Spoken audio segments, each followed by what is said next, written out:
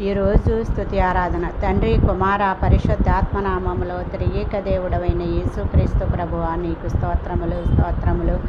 ఆయన అరణ్య మార్గమున తన ప్రజలను తోడుకొని వచ్చిన ఆయన కృప నిరంతరముండును. ఆయన గొప్ప రాజులను హతము చేసిన ఆయన కృప నిరంతరముండును.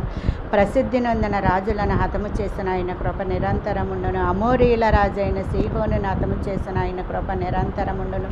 భాషాను రాజైన ఓగుని హతము చేసిన ఆయన కృప నిరంతరముండును. వారి దేశమును మనకి స్వాస్థ్యముగా ఇచ్చిన ఆయన కృప నిరంతరముండును. మనము దీన దశల్లోనన్నప్పుడు మనల్ని జ్ఞాపకం చేసుకున్న ఆయన కృప నిరంతరముండును. మన శత్రువుల చేతిలో నుండి మనలను విడిపించిన ఆయన కృప నిరంతరముండును. సమస్త జీవులకు ఆయన ఆహారం ఇచ్చుచున్నాడు. ఆయన కృప నిరంతరముండును. ఆకాశమందున్న దేవునికి కృతజ్ఞతాస్తుతులు చెల్లించడు. ఆయన కృప నిరంతరముండును. భాషాను దేశపు రాజును హతము చేసిన ఆయన కృప నిరంతరముండును.